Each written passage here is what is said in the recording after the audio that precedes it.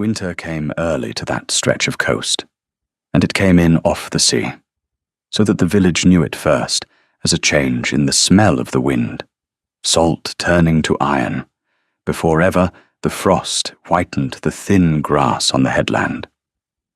It was a poor place, and an honest one. A scatter of low stone houses set back from a grey beach, a church with a leaning tower, a single street that ran down to the water and gave up. The great world did not come here.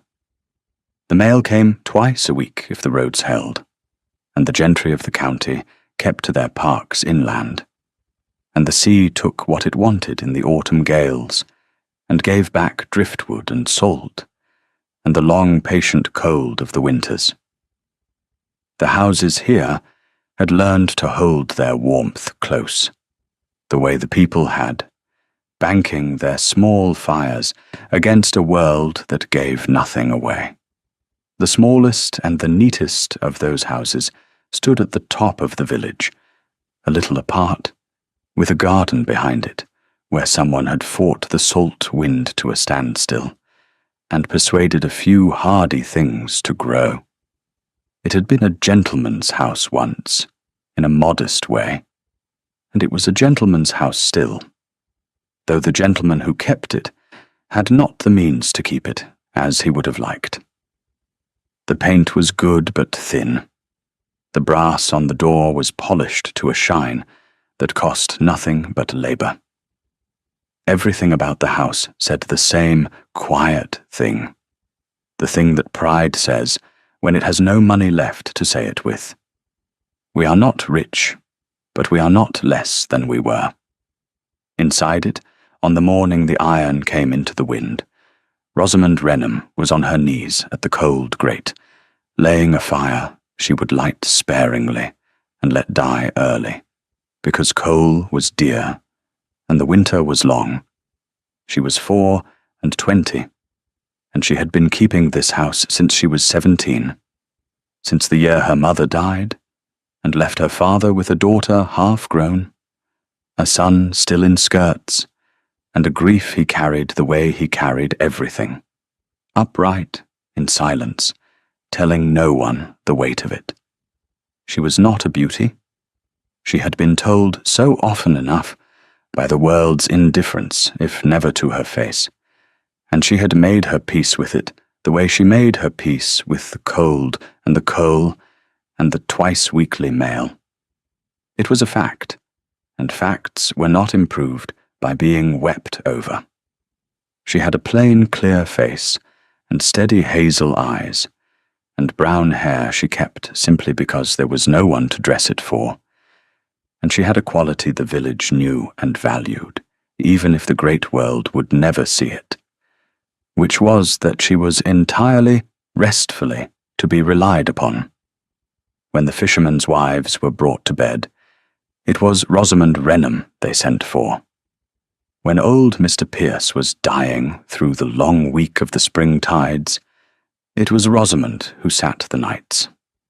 She was not seen. She was needed, which in that place was a higher thing, and she had taught herself to be content with it. Her father came down as she was banking the new fire, moving slowly, favouring the leg that had never set true after the splinter took it off the deck at a battle, whose name the histories remembered, and whose cost the histories did not. Captain Renham had been a sea officer, and a good one, and the Navy had used him hard and paid him little, and put him ashore at last on half pay with a wound, a pension that did not stretch, and a reputation among those who had served with him that no money could have bought, and that the Admiralty did not think to reward.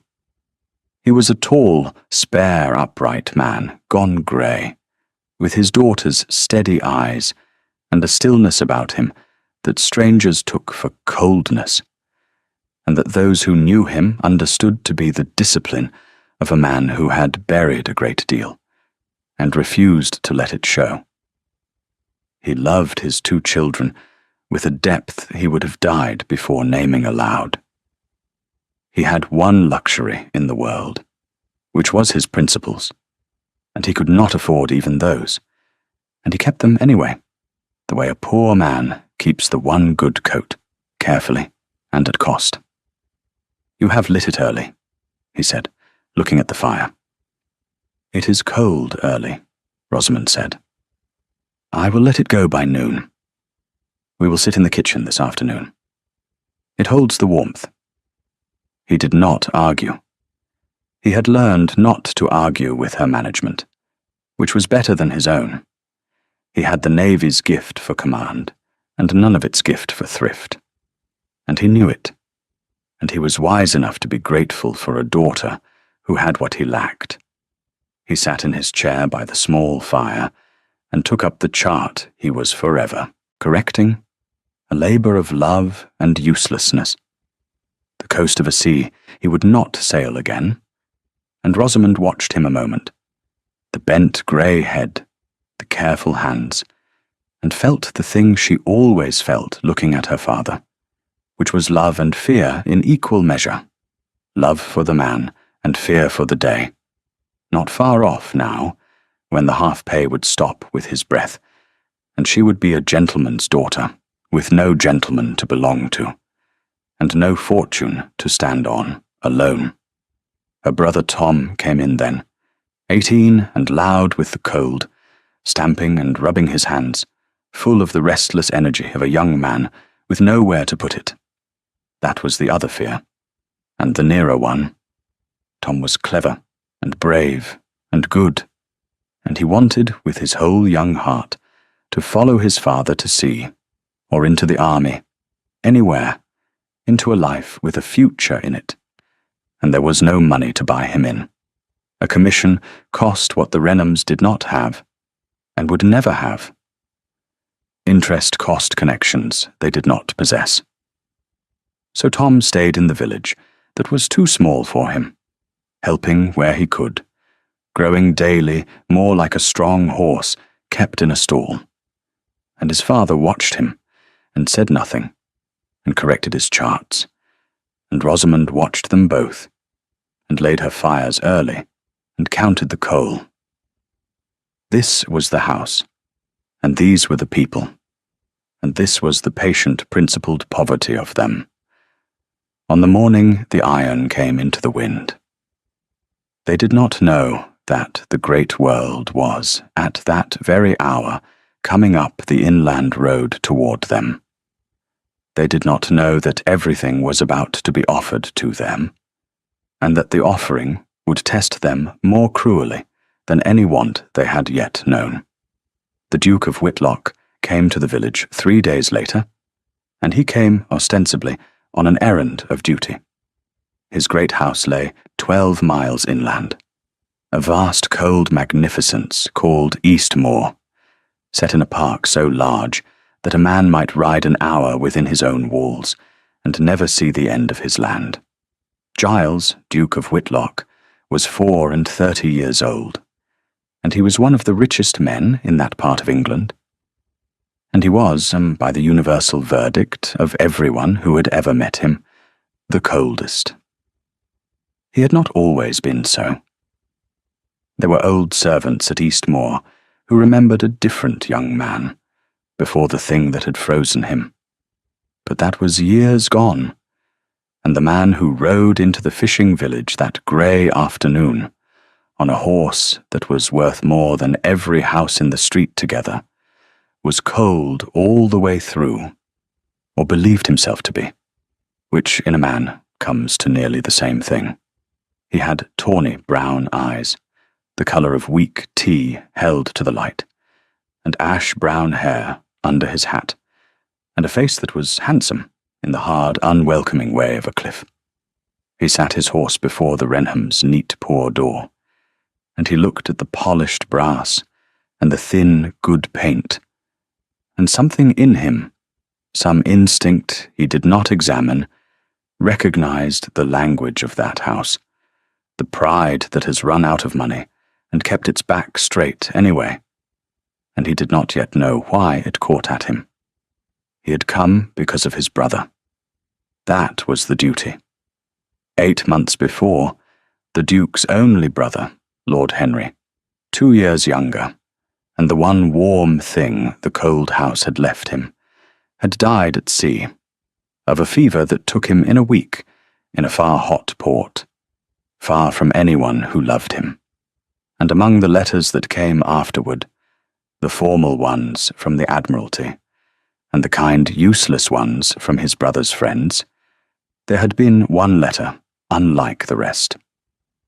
It was from a half-pay captain named Renham, who had served as a young officer with the Duke's father long ago, and who wrote in a plain hand and plainer words that he had heard of Lord Henry's death and grieved for it, that he had known the boy a little when he was a midshipman, and had thought him the finest-hearted youngster he ever had under him, and that if it was any comfort at all to his family, they might know that the men who served with Lord Henry had loved him, which was not a thing that could be said of every lord's son who went to sea. The Duke of Whitlock had read that letter once, and put it in a drawer, and not answered it. He had not been able to. There had been a great many letters he had not been able to answer that year. But he had not been able to throw it away either. And in the slow, frozen months since, he had taken it out more than once, the plain words from the plain man who had loved his brother for the right reasons, and at last, this grey winter, with the house at Eastmoor more than he could bear, and his grandmother forever at him to do something, be something, live, he had ordered his horse and ridden 12 miles to the coast to thank, in person, the only man who had written to him, as though Henry had been a person, and not a peerage. That was the duty. He told himself it was the whole of it. He was wrong, but he would not understand how wrong for a long time yet. Rosamond opened the door to him, and the first thing she felt, looking up at the great cold Duke on the great expensive horse, was not awe. It was a kind of recognition that startled her. She had sat with too many dying men not to know the look of grief worn long past the point where the world expects it to be over. And this man wore it, under all the cold, the way her father wore his. And she knew it on sight, and it undid some of her wariness before he had said a word. He asked for Captain Renham. He gave his name, and watched it do to her what it did to everyone, and was surprised, faintly, that it did less than usual. She did not gush. She did not flutter.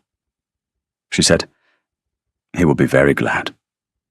He has wondered whether his letter reached you," and stood back to let a duke into a fisherman village parlour, as though dukes came up that street every week, and went to fetch her father. And the duke stood in the small, warm room that smelled of salt and wood smoke, and saw the corrected charts on the table, and the mended curtains, and the polished poverty of it all, and felt, absurdly, more at ease than he had felt in 8 months in his own 40 rooms. Captain Renham came, and the two men looked at each other, the rich young one and the poor old one, and something passed between them that neither would have been able to name, the recognition of grief by grief, and the captain said simply, "Your Grace does my house great honour," and the Duke said, with a difficulty that surprised himself, "You did my brother greater. I came to thank you for your letter. I could not before. I find I can now." And the old man's steady eyes filled just for a moment, not for the Duke, but for the dead boy he had meant when he wrote it, and he said, "He was worth the grieving, sir. Not all of them are." He was. And the cold Duke, who had armoured himself for 8 months against every soft word, against his grandmother's love and his friend's pity, and the whole world's careful gentleness, found that this one plain sentence from this one poor old man went through all his armour as though it were paper, because it asked nothing of him, and offered nothing but the truth. And he had to turn and look at the charts on the table for a moment, until he could trust his face. That was how it began. Not with the offer, with the grief and the recognition, and the plain truth in the small, warm room. The offer came later, and the offer was the Duke's mistake, the mistake of a man who had forgotten every language but money. He came back. Of course he came back. He told himself it was courtesy. A duke does not call once on his brother's old captain, and never again. And he came back through that hard winter more often than courtesy required. And each time he stayed longer, and each time he left more unwilling. He came to know them. He came to know Tom, the brave, restless boy eating his heart out for a future, so like Henry at that age that it was a blade in the Duke's chest to look at him. He came to know the captain, the principled poverty, the wound, the half-pay that did not stretch. And he came to know Rosamond, though he would not have said he was coming to know her, would have denied it, the quiet, capable daughter who was always there and never in the way, who said little and saw everything, who had a way of putting a thing in 3 plain words that the Duke turned over for days afterward, riding home across his enormous cold land. He did not know he was in love. He had buried the part of himself that knew such things along with his brother. But he knew that the small, poor house at the top of the fishing village was the only place in England where the weight came off him, where for an hour he was not the Duke of Whitlock, with his 40 rooms and his frozen heart, but only a man sitting by a small fire among people who had troubles of their own, and did not look to him to fix them with his purse, and being the man he was, having the only instrument he had left, when at last the wanting in him grew, too large to sit still under, he reached for that instrument, and he made his terrible, sensible, generous mistake. He offered to buy them. He did not think of it that way. He thought of it as solving everything, as the one clean stroke that would lift these good people out of their poverty, and give the boy his future, and give himself the nearness to that warm house that he could no longer do without. He came on a hard, bright morning at the turn of the year, and he asked to speak with Captain Renham alone, and he laid it out the way he laid out everything, plainly, completely, like a man of business, because that was the only way he knew how to give. He wished, he said, to marry Miss Renham. He understood it was sudden. He understood he was not a warm man, and could not pretend to be a lover. He would not insult the captain or his daughter with a performance of feeling he did not know how to feel. But he was a rich man, and a careful one, and he could offer, in place of the warmth he lacked, security beyond anything the captain could otherwise hope to leave his daughter. He would settle on Miss Renham a fortune that would keep her in comfort all her life, and independent whatever befell. He would see the captain's last years easy and warm. And the boy, Tom, he would buy the boy his commission at once, the best regiment or the navy, as the boy chose, and stand his friend in the service after, so that Tom should have every chance his courage deserved, and that poverty had denied him. It was, the Duke said, a fair offer, and an honest one, and he made it because he held the family in the highest regard, and he would be grateful for the captain's consent. He had expected gratitude. He had expected, if he was honest, instant glad acceptance, because no one in his life had ever refused him anything. because he was a duke offering a fortune to a pauper, and the arithmetic of that was not in question anywhere in England. Captain Renham was silent for a long moment. He looked at the rich, cold, honest young man who had been coming to his house all winter, who had grieved with him, whom he had come, against all sense, to be fond of. And then he looked toward the door, beyond which, in the kitchen that held the warmth, his daughter was about her endless quiet work, the daughter who had given up her own girlhood to keep his house and raise his son and sit his neighbours' deaths, who had never once in 7 years asked anything for herself, and who deserved, the captain thought, his throat tight, so much more than the world had ever troubled to offer her. "Your Grace," he said at last, "does us an honour I cannot pretend to misunderstand.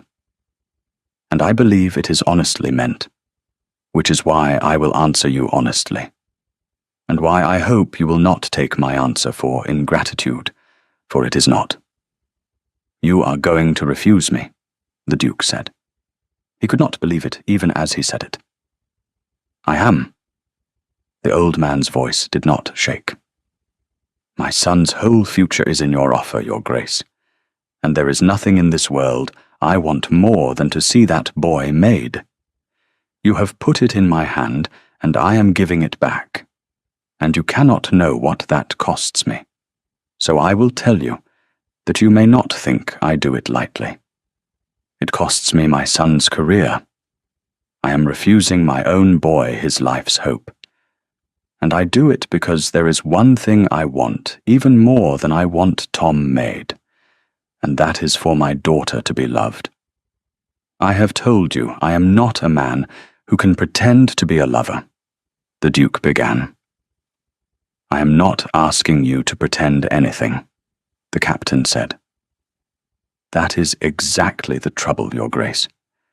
You have offered her everything a rich man has to give, and you have offered it honestly, and I honour you for the honesty.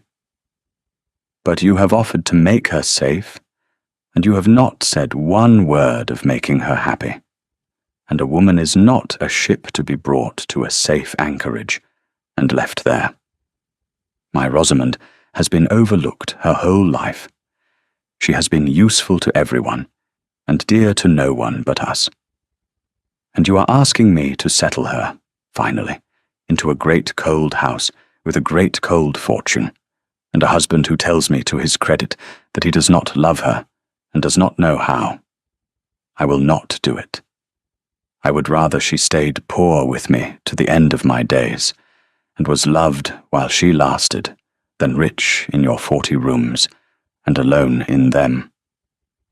She needs a good man, Your Grace, not a rich one.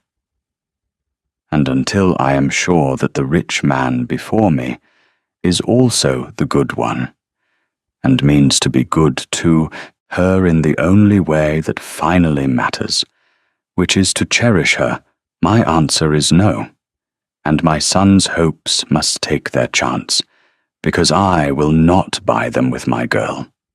We'll take a very short break.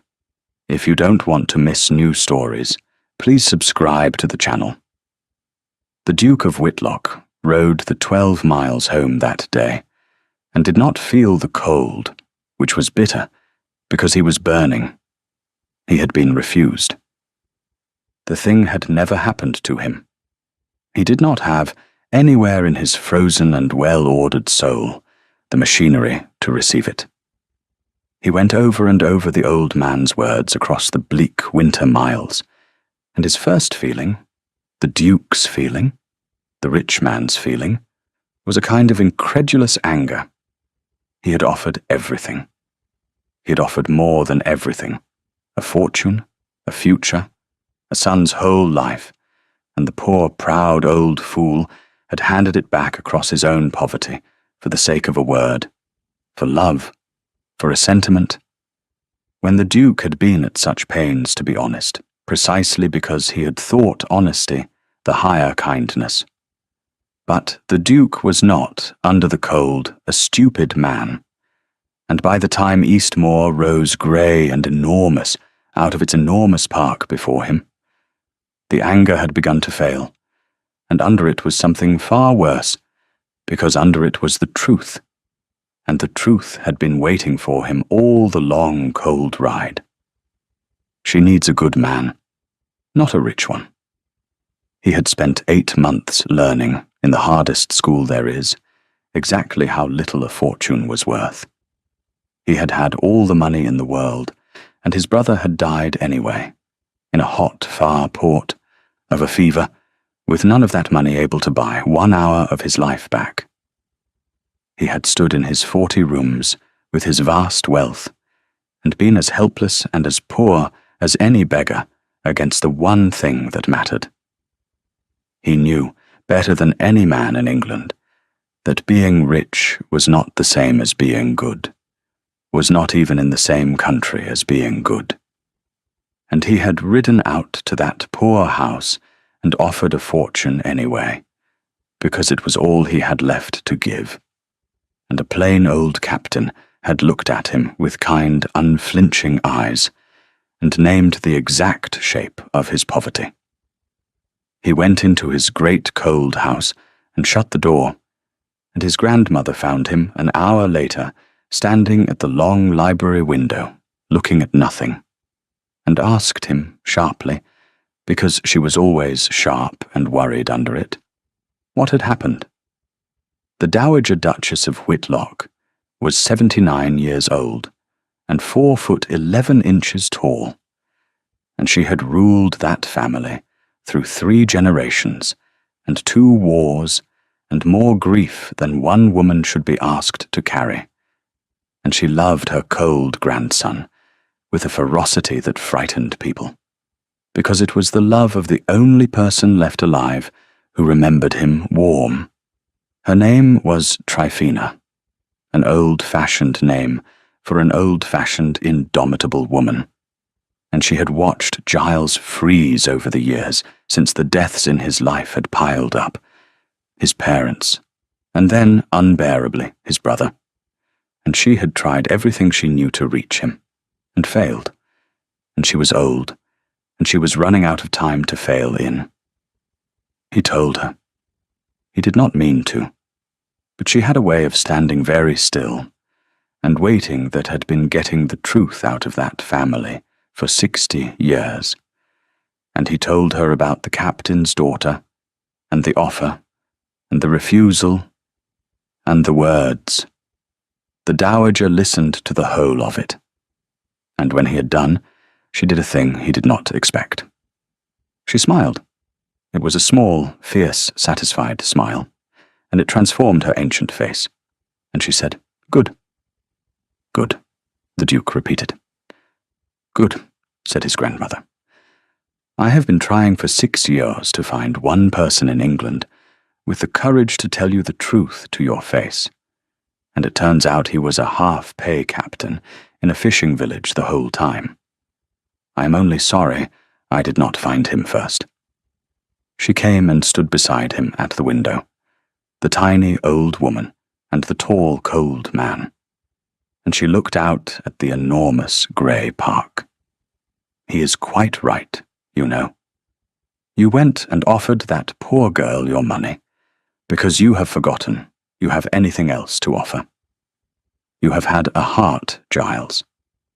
I held it when it was new. You have buried it 3 times now, with your mother and your father and our Henry, and each time you have shoveled the earth a little deeper, and I have stood by because grief must be let alone, up to a point, and we passed that point a great while ago, and I did not know how to say so, and a stranger has said it for me." Her old voice roughened. "She needs a good man, not a rich one. Well, are you a good man, Giles? You were going to be once. I should very much like to see it before I die, and I shall not put off dying much longer to oblige you, so I would be quick." The Duke stood looking at the park, where his brother would never ride again, and he said very low, "I do not know how to begin." "You begin," his grandmother said, "by going back. Not with your purse. Leave the purse at home. It has done enough harm. Go back and be of some use to those people in a way that costs you something other than money, and let the girl see you do it. And stop, for the love of heaven, telling everyone how cold you are, as though it were a fact of nature, and not a habit you have chosen, and may choose to give up. You are not cold, Giles. You are frightened. You have been frightened to feel anything since Henry, because everything you have ever loved has died, and the safest thing is to love nothing, and you have nearly managed it, and it is killing you slower than any fever ever killed your brother." She turned away. "Go back. Earn the old man's no into a yes. It is the only thing worth doing that I have seen you set your hand to in 6 years, and if you make a mull of it, I shall be very angry, and you have seen me angry, and you would not enjoy it." So the Duke went back, and the long, slow earning began, across the turning year, from the iron heart of that winter, through the first hard green of the spring, and on toward the summer, and it was the making of him, though it did not feel like making while it was happening. It felt like learning to use a limb that had been bound up so long it had forgotten its own strength. He came without his purse. That was the first and hardest lesson, and he learned it slowly, with many stumbles, because his every instinct when he saw a want was to fill it with money, and money was precisely the thing the captain had refused, and the Duke had to learn to sit on his hands and find another way. When he saw that the Renham's roof had taken hurt in the winter gales, he did not send a man to mend it.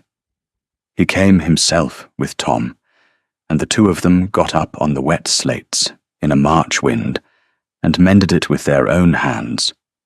And the Duke, who had never in his life done a thing his servants could do for him, found his hands torn and his clothes ruined, and a satisfaction in the work he had not known existed.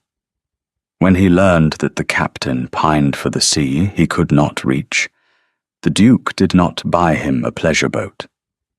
He hired a fisherman's smack for an afternoon, and took the old man out himself, and let Captain Renham con the little craft along the coast he had charted so long from his chair, and watched the years fall off the worn face in the salt wind, and was paid for it in a coin he was only beginning to be able to spend. And there was Tom.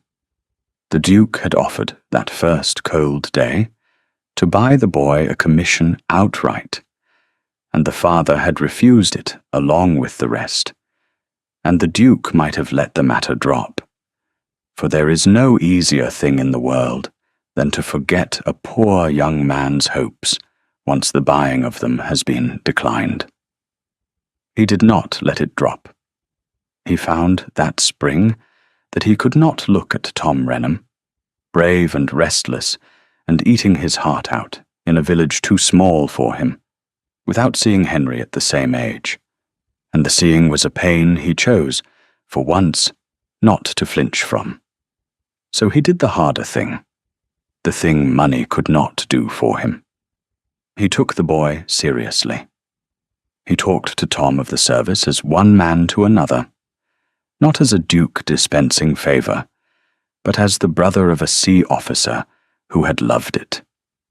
He wrote not a cheque, but letters to men who had served with his father, and would weigh a recommendation from Whitlock as worth having.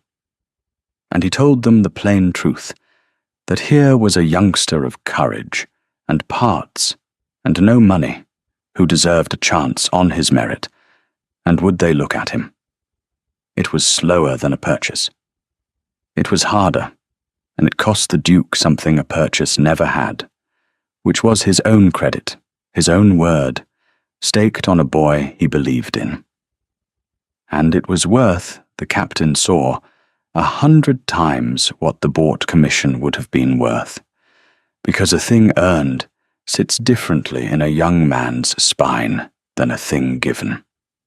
And Tom carried himself taller that spring than the Duke's gold could ever have made him stand. Captain Renham watched all of it from his chair by the small fire, and said little, as was his way, and missed nothing, as was also his way. He watched the cold, rich young man come back week upon week, and leave his purse at the door, and find awkwardly, painfully, by trial and error, the other things he had to give. He watched him mend a roof and con a boat, and take a boy seriously, and learn the village folks' names. He watched, above all, the way his daughter and the Duke were together, the quiet of it, the lack of performance in it, the way neither asked the other to be anything but what they were. And the old man, who had refused a fortune precisely because he could not read love in the Duke's first cold offer, began, slowly, to read it now, written plain in every clumsy, unbought kindness. And he kept his counsel, and he waited, and he hoped, and he did not say so, because a wise father knows that some things must be let grow in the dark before they are brought to the light. And he came to know Rosamond, truly now, not as the quiet, useful daughter at the edge of the room, but as herself, because he was in the room differently now, with his hands instead of his purse. And she had begun, warily, to let him see her. She watched him change. That was her part in it, and she came to understand, that spring, that it was the only part that was hers to play, and that she must not overstep it. The dowager had been wise. The Duke did not need a woman to mend him, to manage his thaw, to labour at his heart. He had had a lifetime of people managing him, and what he had never had, since his brother died, was simply someone who would witness him becoming, without pushing, without flattering, without wanting anything from the becoming except to see it happen. Rosamond gave him that. She gave him the thing she had given the dying and the grieving all her life, which was her steady, undemanding attention, the sense that she saw exactly who he was, the cold and the grief and the buried warmth all at once, and judged none of it, and simply waited, with him, for the man under the ice to come up for air. It was on an evening in the late spring that he came up the furthest, and it was to her alone, and she kept the memory of it the way one keeps the single letter that mattered out of a lifetime of letters. They had walked out, the two of them, along the headland above the grey beach, while the captain dozed by his small fire, and Tom was off about some errand. And it was not improper, because half the village could see them from their doors, and because there was as yet nothing between them that needed hiding, only the slow thing growing that neither would name. The light was going long and gold over the water. The Duke had been quiet a great while, and Rosamond, who had learned the shapes of men's silences at 100 sick-beds, knew this one was not emptiness, but fullness, a thing trying to find its way out, and she did the only thing that ever helped, which was to be quiet with him, and wait. He would have liked this coast, the Duke said at last, looking at the sea, and not at her. Henry, my brother. He loved the sea. It was why he went into the navy, against all our father's wishes.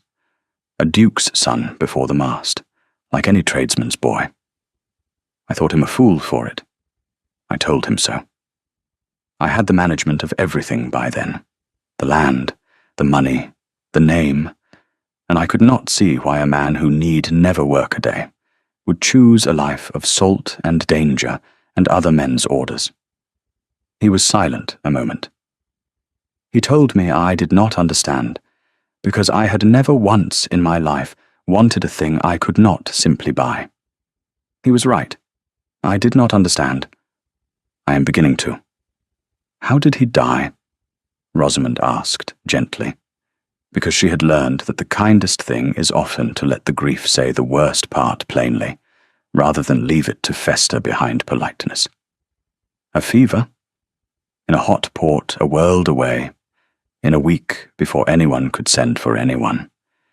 He died among strangers who were kind to him, I am told, which is the one mercy in it, and far from every soul who loved him. His voice was very level, the levelness that costs everything to keep. I had all the money in the world, Miss Renham. I want you to understand that, because it is the center of the whole matter. There was no sum I could not have commanded, no physician I could not have bought, no ship I could not have sent. And it was worth precisely nothing. He died of a common fever in a common port, and my fortune could not buy him 1 hour, not one. And I learned in that week the very thing your father said to my face this winter, that being rich and being able to keep the people you love are two different things that have nothing to do with one another. And I had built my whole life on confusing them. He turned and looked at her then, and his tawny eyes were wet, and he did not trouble to hide it, here where only she could see. When your father refused me, I was angry for about 11 miles of the ride home. And then I understood that he had told me in plain words the thing Henry's death had been trying to teach me all year, and that I had ridden to his door and offered him a fortune for his daughter, because a fortune was the only thing I still believed in. And it is the one thing I have proof does not work. Why are you telling me? Rosamond said softly.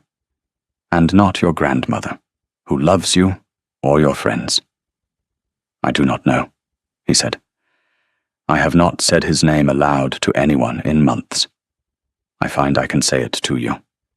I do not know why that is either. Because I am not asking you to be over it, she said. Everyone else needs you to be over it, so that they may be comfortable. I do not need you to be anything. You may have him still. You will always have him still. That is what the love costs, and it is worth the cost, and anyone who tells you to set it down has never carried anything. She looked out at the gold water where his brother would have liked to sail. Tell me about him. The good parts, not the fever. What he was like when he was small. And you were small before either of you knew anything.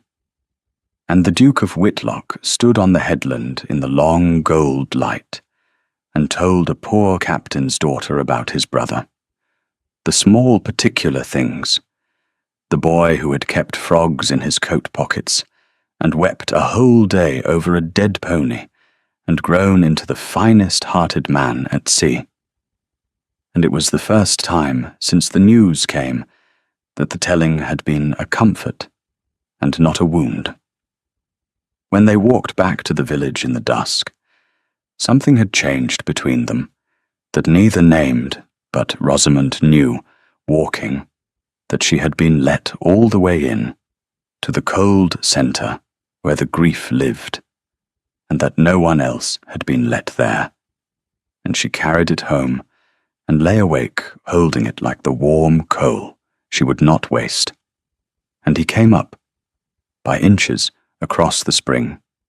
She saw it first in small things, the catalogue of small things she kept the way she kept the household accounts. She saw that he had begun to ask after the village folk by name. She saw that he listened when her father talked of Henry now, instead of going rigid and changing the subject. She saw, one bright cold afternoon, the thing that told her more than all the rest, and that she carried in her heart for a long time after. It was the matter of the Pelham child. The Pelhams were a tenant family on the Duke's land, far out toward the edge of the great park, and their youngest, a boy of 5 named Sam, had taken a fever in the raw spring, and was like to die of it. And there was no doctor within reach who would come out so far for a tenant's child. Rosamond heard of it because she heard of every such thing, and she went, of course, 12 miles or no 12 miles, because a sick child was a sick child. And she found, when she got to the poor cottage at the edge of the world, that she was not the first to come. The Duke of Whitlock was there before her. He had heard of it that morning, and instead of sending his steward with a guinea, instead of sending the carriage to fetch a doctor, and considering his duty discharged, he had ridden out himself, and he had gone into the low, dark cottage that smelled of fever and poverty, a duke on his knees on a tenant's earthen floor. And he had the sick child against his own chest, wrapped in his own greatcoat that was worth more than the cottage, holding the boy up so the labouring small lungs could draw a little easier. The way, Rosamond learned afterward, he had not been there to hold his brother.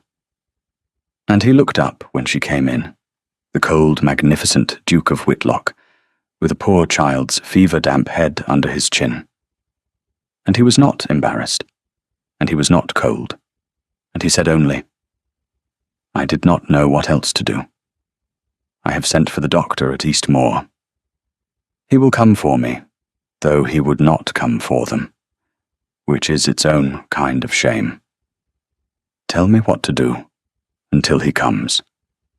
You will know. You always know." And Rosamond Renham, kneeling beside him on the earthen floor with the frightened mother weeping in the corner, understood that she was watching a man be born, or be born again, and that her father had been right and wrong at once.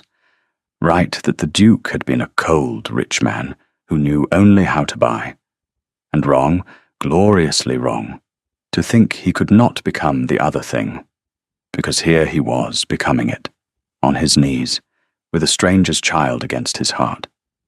And she loved him. She did not say so. She would not say so for a long time. It was not her part, and besides, she was a poor captain's daughter, and he was a duke, and the gulf between them was as wide as it had ever been, and no fever vigil could close it.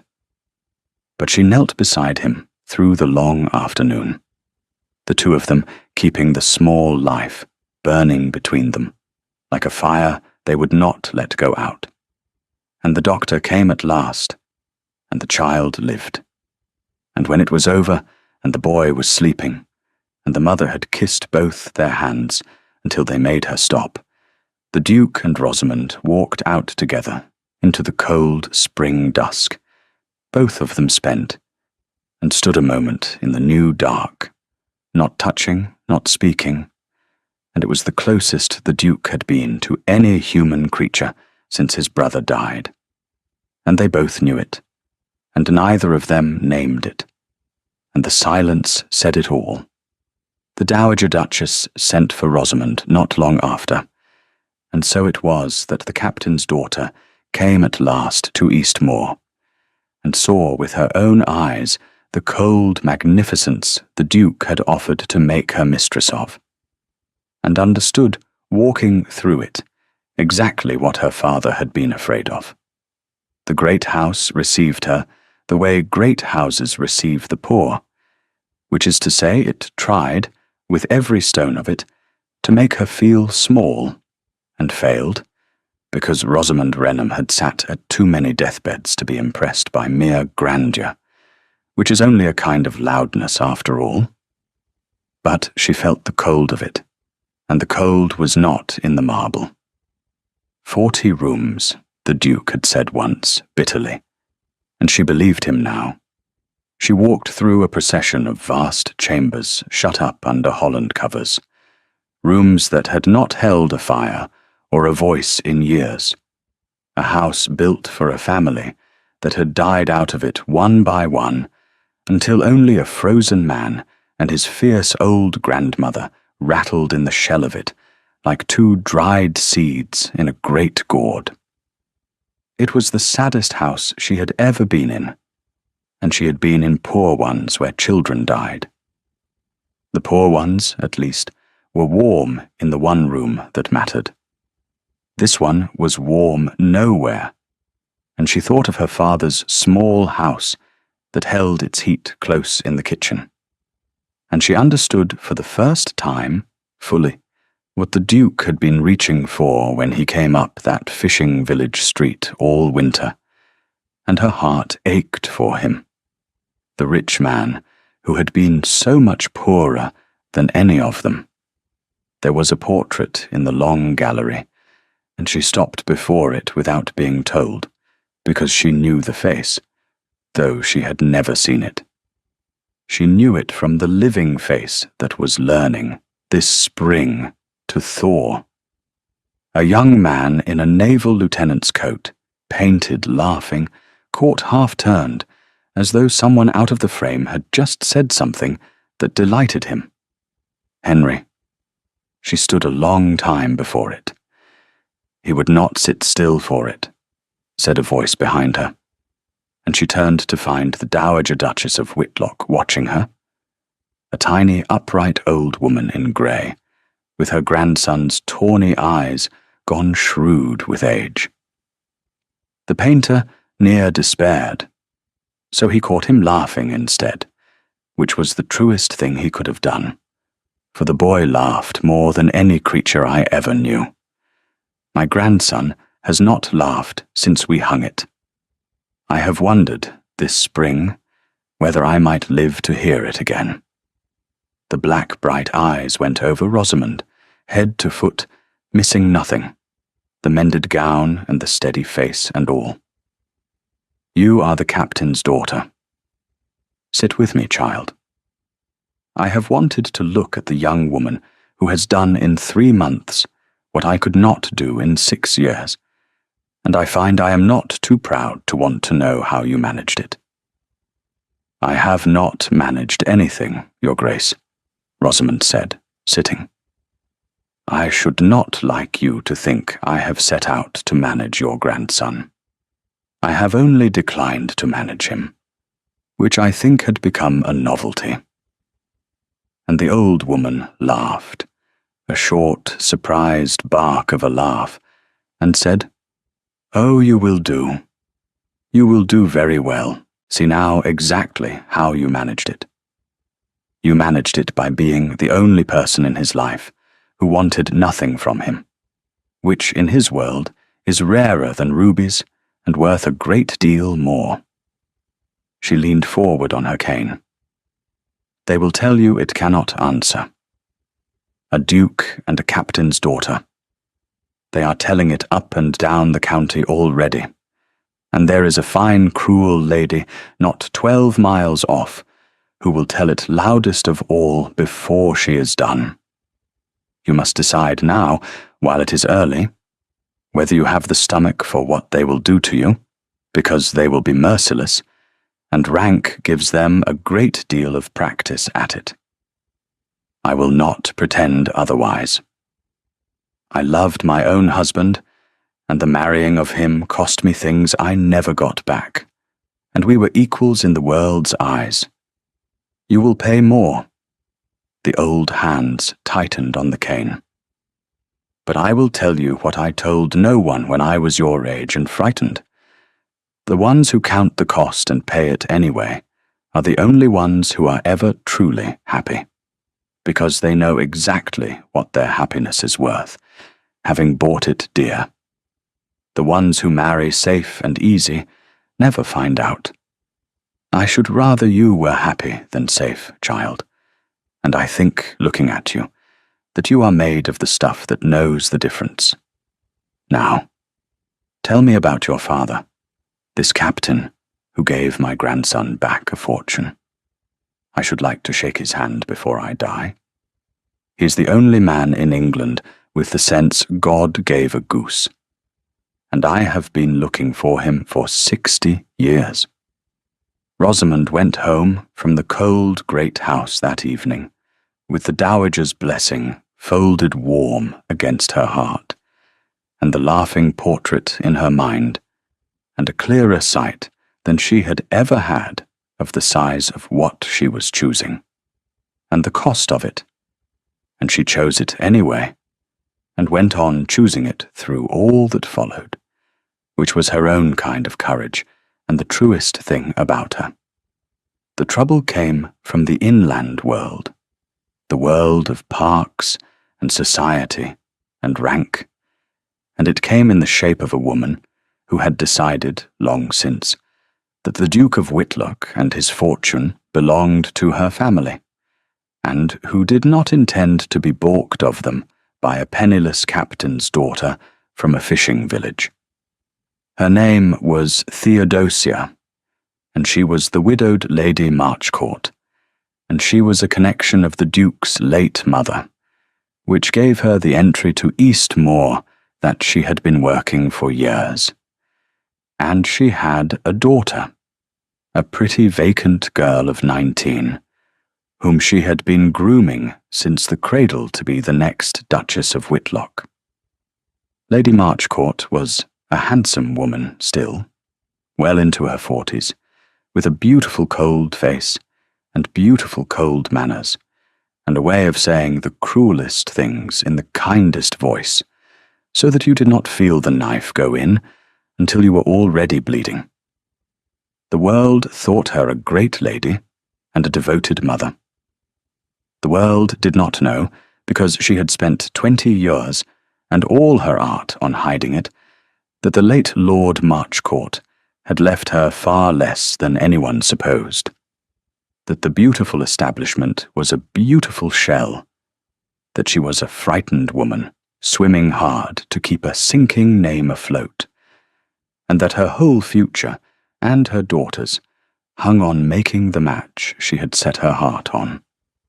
She was not wicked. She was desperate, and desperation in a proud woman wears the face of cruelty, and she meant to have the Duke for her girl if she had to destroy the captain's daughter to do it. She came down to Eastmoor that spring on the pretext of a long-promised visit, and she saw at once how the land lay, because she missed nothing where her interest was concerned. And she saw the Duke changed, and she saw why, and she set herself to undo it with all the considerable skill of a clever, frightened woman fighting for her life. She could not attack Rosamond openly. The girl had done nothing, and the dowager had taken a fierce liking to her, and the Duke would not have borne it. So Lady Marchcourt worked the way such women work in the shadows with words. She let it be understood in the drawing-rooms of the county that it was a great pity, the way that scheming little nobody had got her hooks into poor grieving Whitlock, refusing him at first, oh so cleverly the old trick, refuse a man to inflame him, and now reeling him in, a captain's daughter, a fortune huntress of the boldest kind, taking advantage of a man unhinged by grief to make herself a duchess.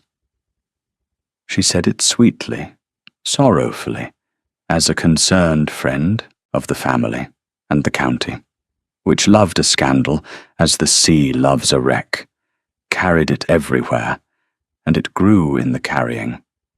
And by the early summer there was not a great house in the district that had not heard how the Whitlock Duke was being preyed upon by a designing pauper. And then, having prepared her ground, Lady Marchcourt went to Rosamond herself. She came to the small house at the top of the fishing village in her fine carriage, which had never been seen in that street before, and was never seen there again. And she was all graciousness, and she asked to speak with Miss Renham alone. And Rosamond, who knew exactly what she was, and had been waiting for this, gave her father a look that said, "Let me," and took the great lady into the cold parlour, and shut the door. What passed between them, Rosamond never told her father, and only told the Duke long after. Lady Marchcourt was very kind. That was her weapon, the kindness. She sat in the poor parlour, and looked about it with sweet pity, and she told Rosamond that she had come as a friend, an older woman who understood the world as a young one could not, to spare her a great deal of future pain. The girl must see, surely she must see, that it could not answer. A duke and a captain's daughter. The world would never accept it. They would cut her, freeze her, make her life among them a slow torture. She would be the Duchess no one would receive, and she would drag poor Whitlock down with her, a man already half destroyed by grief, ruined now by an unequal marriage, mocked, pitied. Did she love him? If she truly loved him, Lady Marchcourt said, with her beautiful sorrowing smile, she would know that the kindest thing, the only loving thing, was to let him go, to set him free to marry as his rank required, to save him from the consequences of his own grief-stricken folly. And to make the parting easier, because Lady Marchcourt was nothing if not practical, and understood that a poor family had hard necessities, there would be a sum of money, a generous sum, settled quietly on the captain and his son. No commission, of course, but enough, more than enough, to ease their poverty and send the brother to make his own way. If only Miss Renham would do the loving, the noble, the truly unselfish thing, and disappear. Rosamond listened to all of it in silence, and when the great lady had finished, she sat for a moment, and then she made the second of the choices that would decide everything, and she made it without heat, which frightened Lady Marchcourt more than any anger could have. "You have told me a great many things, Lady Marchcourt," Rosamond said, "and nearly all of them are true, and that is what makes them cruel, for a lie is easy to throw off, and the truth is not. It is true the world will not accept it. It is true I should be a duchess no one receives. It is true my poverty is hard, and your money would ease it past anything I can otherwise hope for. You have arranged your truths very skillfully, and I dare say they have worked before. But you have made one error, and it is the error of people like yourself who cannot help it. And it is this. You have assumed that because I am poor, my consent can be bought, and that because I love him, I can be persuaded that abandoning him is love. I will tell you what I know of love, since you have raised the subject. Love is not setting a man free to be safe. That is fear wearing love's coat, and I have seen a great deal of it, in your county and in mine. Love is staying. Love is witness. I have watched that man come back to life this spring, with his own hands, on his own knees, and I would not undo 1 hour of it for all the money you could carry in that carriage. And I will not take your money to leave him, not because I am too proud, though I am, but because what you are really asking me to buy with it is his return to the grave you found him in. And that, my lady, is not for sale, not by me, not at any price. She stood and opened the parlour door, and the spring air came in cold and clean. You may keep your money. I think you need it more than you have let the world believe. And you may tell your friends in their fine houses whatever you like about the scheming little nobody. I find I do not greatly care what is said of me by people who have never once in their lives been needed by anybody. Good day to you. and Lady Marchcourt, who had come to break a captain's daughter, and found instead that she had been seen all the way to the frightened bottom of herself by a girl in a mended gown, gathered her beautiful cold dignity, and went out to her carriage. And as she went, she knew, with the cold, clear knowledge of a gambler who has played her best card and lost, that she was beaten, and that the only thing left to her now was to make the as she could, out of the pure animal need of the cornered to do damage. And she would have her chance, for the county's great summer gathering was 3 weeks off, and the Duke would be there, and the captain's daughter would not. And a great deal can be done to an absent woman in a crowded room. The summer gathering was held at the Marchcourt Place, which was the grandest house in the district after Eastmoor itself. And the whole county came to it, and the Duke of Whitlock came, because his grandmother insisted he must, that to hide from the talk was to feed it, that he must show his cold face in the world, and let the world see he was unmoved.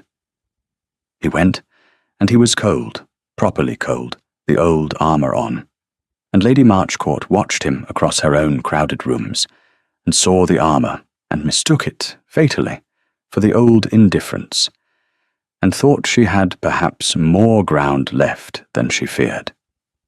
She made her move late, when the rooms were full, and the wine had done its work, and the whole county was gathered close enough to hear. She had her pretty daughter near the Duke. She raised her sweet, carrying voice, and she spoke, as if in fond concern, of the sad business everyone had heard of, the captain's daughter, and what a mercy it was that dear Whitlock had been brought to his senses in time. And was it not true, she asked the room, smiling, turning the knife with exquisite care, that the girl had now been paid to take herself off, and the whole unfortunate folly was at an end, and the Duke was free, and might look at last where he ought. It was beautifully done. It gave the Duke his escape, wrapped in a lie, and dared him in front of the whole county to refuse it. If he said nothing, the lie stood, and Rosamond was branded a paid-off adventuress forever. If he denied it, he claimed her before everyone, and ruined himself as Lady Marchcourt had promised the county he would. She had built him a room with 2 doors, and both of them opened onto her victory, and she stood in her beautiful sinking house, and smiled, and waited for the cold, proud man to choose the one that cost him least. She had not understood what the spring had done to him. None of them had. They were all still looking at the old armour and the old cold face, and reading the old man under it, and the old man was gone. The Duke of Whitlock set down his glass, into a silence that had spread across the great rooms, the way silence spreads when a crowd scents blood. And he looked at Lady Marchcourt for a long moment, almost with pity, and then he looked around at the whole assembled county, the staring, fashionable faces, the people who had carried her poison from house to house all spring, and when he spoke, his voice was perfectly clear and perfectly steady, and entirely without fear, and it was not the voice of a cold man at all. "You are all very kind," he said, "to take such an interest in my affairs, and I would not have you go on in error. So let me set the matter straight, since Lady Marchcourt has been good enough to raise it. Miss Renham has not been paid to take herself off. No one could pay Miss Renham to do anything. It is one of the many ways in which she is wealthier than everyone in this room. Lady Marchcourt did indeed offer her money to leave me 3 weeks ago in her father's parlour. A sum, I am told, was considerable. Miss Renham declined it. She declined it, I am given to understand, because she does not regard her affection as a commodity, an idea which I perceive is novel to this company, and which I commend to your attention. A sound went through the room. He did not raise his voice over it. I am not a man who has been easy to know these last years. I froze myself nearly to death after my brother died, and I dare say most of you found me cold. And you were right. This spring, a poor man, with more honour than this whole county put together, told me to my face that his daughter needed a good man and not a rich one, and refused me my own offer of a fortune rather than give her to a man who could not love her. He was right to refuse me. I could not love her then. I had forgotten how. I have spent this spring remembering, in her company and her father's. And I am not ashamed to say it before any of you, because the shame would be in the other thing, in pretending, as I see so much pretending in these rooms, that a great cold fortune is the same as a life. It is not. I have had the fortune all along. I am only now, at 34, beginning to have the life, and I have a captain's daughter to thank for it, and her father, and I will hear no word said against either of them in my hearing again, by anyone, on any pretext, however kindly meant. He bowed to Lady Marchcourt, a small, precise bow with a world of finality in it. I think I will not stay to supper. Thank you for a most instructive evening. And he walked out through the parting, silent crowd, the man they had all thought they knew, and did not. And behind him, Lady Marchcourt stood quite still in her beautiful failing house, with her pretty bewildered daughter beside her, and felt the future she had gambled everything on close like a door. And there was no satisfaction anywhere in the room, because the county, which had come for a wreck, found it had watched a man saved instead, and did not know what to do with the feeling, and went home subdued. And the cruelest thing of all, the thing Rosamond grieved over when she heard it, was that Lady Marchcourt had been right about the money, had needed it as badly as Rosamond guessed, and had spent her last cards on a scheme that left her exactly as poor and far more exposed. A frightened woman who had wagered her good name on a cold man's coldness, and lost because the man had stopped being cold, and who must now live out her years in a beautiful house she could not afford, among people who had finally seen, behind the kindness, the fear. But that reckoning belonged to the inland world, and the Duke had finished with the inland world for the night. He did not go home to Eastmoor. He turned his horse in the warm summer dark toward the coast, toward the smell of salt coming up to meet him, toward the small house at the top of the fishing village, where the only thing he wanted in the world was banking its small fire against the night. And he rode the 12 miles with his heart, the heart he had buried 3 times, and that would not stay buried, going before him like a lantern. He came to the house near midnight, and there was a light still in it, and it was Rosamond, of course, who opened the door, a shawl about her, a candle in her hand, her plain, dear face startled out of sleep, and behind her the small, warm room, and the corrected charts, and the whole poor, honest world that had remade him. "Your Grace," she said, "is something wrong? My father is abed. Shall I—" "Nothing is wrong," the Duke said. "For the first time in a great while, Miss Renham, nothing at all is wrong. I have just told the entire county, of which I am the principal ornament, that I am a fool who was saved by a captain's daughter, and I find I have never in my life done anything I was prouder of. He stood in the dark doorway and looked at her in her candlelight, and the cold was all gone out of him, every particle of it.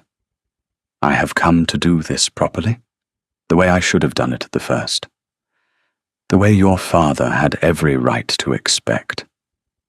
I am not going to offer you a fortune. You have made it plain, both of you, what a fortune is worth, and I have learned the lesson at last. I am going to offer you a great deal less and a great deal more. I am going to offer you a man who was frozen solid 8 months ago, and who is not frozen now, because of you, only because of you. A man who does not know how to do this gracefully, and is going to do it badly, and means every word. A man who loves you, Rosamond, which is a thing I did not believe I would ever say to anyone again, and which I have ridden 12 miles in the dark to say to you, because I could not bear to let one more night pass with it unsaid. His voice was not steady now. He let it not be steady.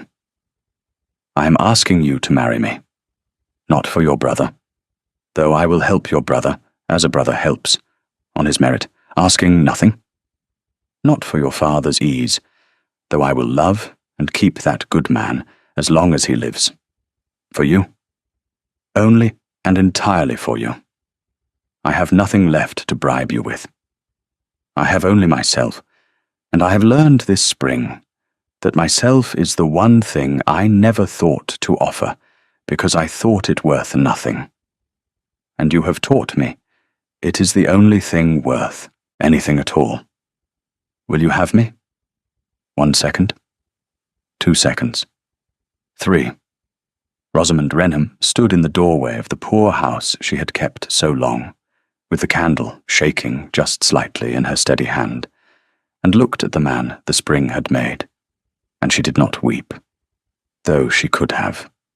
She had spent her tears long ago on other people's griefs, and had little practice in crying for her own joy. She thought of her father, asleep upstairs, who had refused a fortune to give her this. She thought of the long, invisible years of being useful and unloved. She thought of a duke on his knees on an earthen floor, with a stranger's child against his heart. And she made the last choice, which was no choice at all, which was simply the truth arriving at last in a life that had waited a long time for it. Yes, she said. And then, because she had never once said it, and had wanted to for longer than she would admit, she said his name, the given name she had never used, the name that was a door opening. Yes, Giles, I will. And the Duke of Whitlock closed his eyes when she said his name, the way a man closes his eyes coming in out of a long cold into the warmth. And when he opened them again, the last of the winter was gone from them entirely, and what was left was only the summer, and the two of them stood in the doorway between the dark and the small banked fire, not yet touching, on the threshold of the whole long warm life that was coming. And it was enough for that moment simply to have arrived. Captain Renham gave his blessing the next morning, in the small warm kitchen that held the heat, and he gave it not because a duke had offered for his daughter, but because a good man had, and he knew the difference, having insisted on it through a whole hard winter at the cost of his own son's hopes. He took the duke's hand in both of his old ones, the hands that had held the splinter-shattered rail of a sinking deck, and he said, I told you she needed a good man, and not a rich one, Your Grace. It seems you decided to be both, which is greedy of you, but I will allow it. And the Duke laughed, the free laugh his grandmother had not heard in 6 years, and the old captain's steady eyes filled again, the way they had the first day. And this time He did not trouble to hide it. They were married at the leaning church above the grey beach, in the high summer, with the sea bright below, and the whole fishing village turned out to see their Rosamond made happy, the village that had needed her so long, and loved her at last as she deserved. The county came too, much subdued and much curious, and went away saying, as the county always says, that they had known all along it would answer. The Dowager Duchess of Whitlock, who had vowed not to die until she saw her grandson warm, sat in the front pew in a hat like a battleship, and wept without shame, and lived in the event another 9 good years, long enough to spoil the children thoroughly, and to terrorize their nurses, and to declare, on her deathbed, that finding that captain had been the best day's work she never did, since she had not done it at all, and was only sorry she could not take the credit. There was a cost. There is always a cost. Rosamond had sat with too much grief to believe in a happiness with no shadow in it, and she would not have trusted one that came without. Henry was still dead. The Duke carried that to the end of his days. A grief that scarred over, but never wholly closed. And on certain autumn evenings, when the light went a particular way, he would fall silent, and Rosamond learned those silences, and did not try to fill them, only sat with him in them, her witness, as she had been from the first. Lady Marchcourt went down into the genteel poverty she had spent her life concealing, and lived it out alone and proud and pitied. And Rosamond, who could not forgive her, and could not stop being sorry for her either, saw to it quietly that the worst of it was eased, an anonymous kindness the great lady never knew the source of, and would have died rather than accept if she had. The years that Rosamond had spent overlooked did not come back. The world does not give back what it takes. But it had given her this, at the long last, and she found it was more than enough to build a life on. And she built one. Tom got his commission in the end, and it was not bought. The Duke spoke for him to men who valued the Duke's word, and Tom went into the Navy on his own merit and his father's good name, and made himself a fine officer, and rose and was loved by his men as his father had been, and as the dead Lord Henry had been, so that the Duke, watching the boy's career, felt that some small part of what the fever had taken was being given quietly back. Winter still came early to that coast, every year, in off the sea, salt turning to iron in the wind. But it came now to a house at the top of the village that was kept warm without counting, where a fire was lit in the cold grate as soon as the cold came, and was never let die early to save the coal, because the coal no longer wanted saving.